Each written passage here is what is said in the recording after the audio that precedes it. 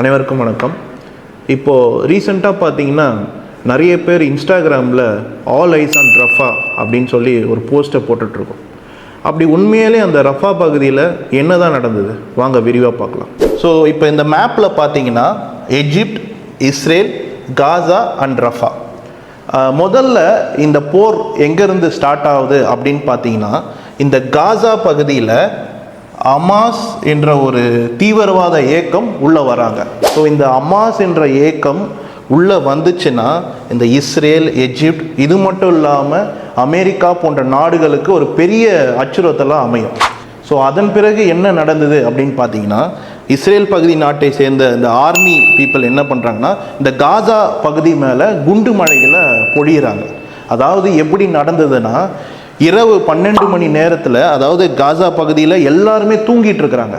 அந்த நேரத்தில் இந்த இஸ்ரேல் நாட்டை சேர்ந்த இந்த ஆர்மி மக்கள் எல்லாருமே என்ன பண்ணுறாங்கன்னா திடீர்னு வந்துட்டு இந்த குண்டு மழைகளை இந்த காசா பகுதியில் பொழியிறாங்க. இதில் ஒரு முக்கியமான விஷயம் என்னன்னு பார்த்தீங்கன்னா இந்த காசா பகுதியில் அமாஸ் இயக்கத்தை சேர்ந்தவர்கள் மட்டும் இல்லாமல் இந்த காசா பகுதியில் பொதுமக்களும் நிறைய பேர் இருக்கிறாங்க. ஸோ இந்த அமாஸ் மக்களை வந்துட்டு இவங்க அழிக்கிறாங்க, இஸ்ரேல் வந்து அழிக்கிறாங்க. ஆனால் அங்கே பொதுமக்களும் நிறைய பேர் இந்த குண்டு மழையினால் இறந்துருக்கிறாங்க. ஸோ அதன் பிறகு பார்த்தீங்கன்னா இந்த நியூஸ் வந்து உலகம் ஃபுல்லாக பரவ ஆரம்பிக்குது.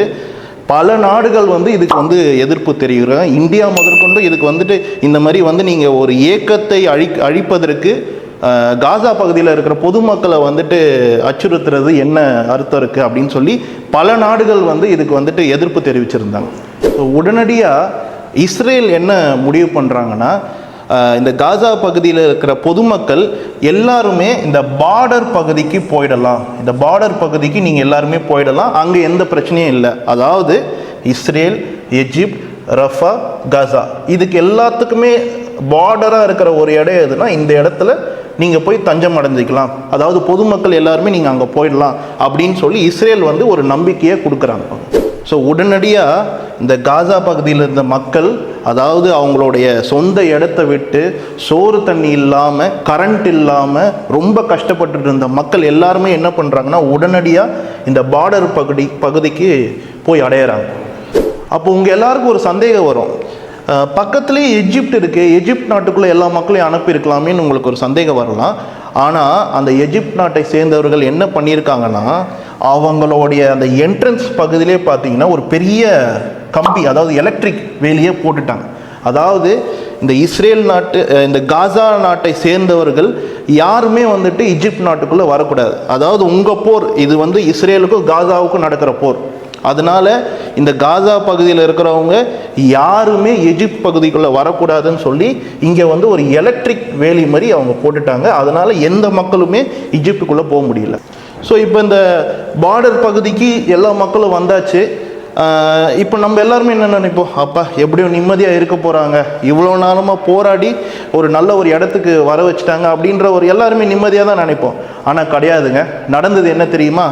இந்த இஸ்ரேலை சார்ந்தவர்கள் இந்த அமாஸ் இயக்கம் இன்னும் அழியலை, அதாவது காசாவில் இருக்கிற பொதுமக்களோடு இணைந்து இந்த பார்டர் பகுதியில் போயிருக்காங்கன்னு நினச்சிக்கிட்டு, அதாவது அந்த நினப்பு தான் நினச்சிக்கிட்டு இந்த இஸ்ரேல் என்ன பண்ணுறாங்கன்னா இந்த பார்டர் பகுதியும் அட்டாக் பண்ணுறாங்க. ஸோ அதன் பிறகு என்ன நடக்குதுன்னு பார்த்தீங்கன்னா திரும்பவும் நிறைய நாடுகள் எதிர்ப்பு தெரிவிக்கிறாங்க. அதாவது நீங்கள் உங்களுடைய போர் உங்களுக்கும் அமாஸ் என்ற ஒரு இயக்கத்துக்கும், ஆனால் நீங்கள் வந்து ஏன் வந்து பொதுமக்களை அழிக்கிறீங்க அப்படின்ட்டு நிறைய நாடுகள் வந்து அவங்களுக்கு வந்து எச்சரிக்கை கொடுத்த பிறகு இஸ்ரேல் என்ன சொல்கிறாங்கன்னா இந்த பார்டர்லேருந்து கொஞ்சம் தூரத்தில் ரஃபான்ற ஒரு இடம் இருக்குது அப்படின்னு சொல்கிறாங்க. ஸோ நீங்கள் இந்த பகுதிக்கு போய் நீங்கள் வாழ்ந்துக்கலாம் அப்படின்னு சொல்லி சொல்கிறாங்க.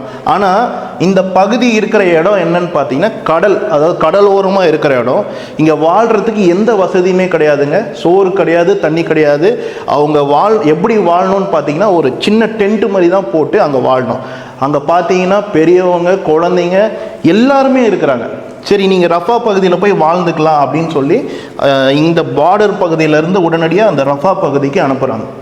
ஸோ அதன் பிறகாச்சு இந்த இஸ்ரேல் இந்த மக்களை நிம்மதியாக வாழ விட்டாங்களான்னா கிடையாதுங்க. என்ன நடந்ததுன்னு தெரியுமா?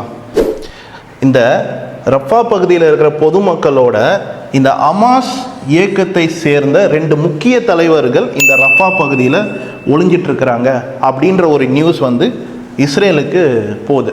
ஸோ இப்போது இஸ்ரேல் முதல்ல நீங்கள் காசா பகுதியில் அமாஸ் இருக்காங்கன்னு சொல்லி நீங்கள் தாக்குனீங்க. சரி, உடனடியாக மக்களை நீங்கள் இந்த சென்டர் பாட்டுக்கு அனுப்பிச்சிங்க. அங்கேயும் நீங்கள் திரும்பி தாக்குனீங்க, திரும்பி அவங்கள ரஃபான்ற பகுதிக்கு அனுப்பிச்சிங்க. திரும்பவும் இஸ்ரேல் என்ன பண்ணுறாங்கன்னா, அந்த பகுதியில் 2 முக்கிய தலைவர்கள் இருக்காங்கன்னு தெரிஞ்சுக்கிட்டு உடனடியாக யாருமே எதிர்பார்க்காத ஒரு நேரத்தில், அதுவும் 12 மணிக்கு, போன தாக்குதலும் இரவு 12 மணிக்கு தான் நடந்துச்சு, இந்த தாக்குதலும் இரவு 12 மணிக்கு இஸ்ரேல் என்ன பண்ணுறாங்கன்னா இந்த ராஃபா பகுதியை தாக்குறாங்க. ஸோ இந்த தாக்குதலில் நிறைய பொதுமக்கள், அதாவது பொதுமக்கள், குழந்தைங்க, பெரியவங்க, நிறைய பேர், கிட்டத்தட்ட 40 பேருக்கு மேற்பட்டவங்க இந்த தாக்குதலில் இறக்குறாங்க. அதாவது கொஞ்சம் சிந்திச்சு பாருங்களேன். அதாவது அவங்க வாழ்ந்துட்டு இருந்த ஒரு பகுதியில் இருந்து அகதிகளாக நீங்கள் இங்கே போங்க, திரும்பி என்ன பண்ணுறாங்க, இங்கே போங்க அப்படின்னு சொல்லி அனுப்புகிறாங்க. ஆனாலும் இவங்களோட இந்த இஸ்ரேல் நாட்டை சார்ந்தவர்களோட வெறித்தனத்தால் இன்னைக்கு இந்த காசா பகுதியில் மக்களே வாழாத அளவுக்கு இன்னைக்கு ஒரு நிலைமை வந்திருக்குங்க. ஸோ இதிலிருந்து ஒரு விஷயம் கிளியராக புரியுதுங்க. அதாவது மனிதாபிமானத்தை குழி தோண்டி புதைச்சாச்சு.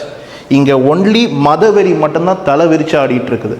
இதனால தான் உலகம் முழுக்க வி ஸ்டாண்ட் ஃபார் ரஃபா அப்படின்ற ஒரு ஹேஷ்டேகை இன்னைக்கு ட்ரெண்டிங் பண்ணிட்டு இருக்காங்க.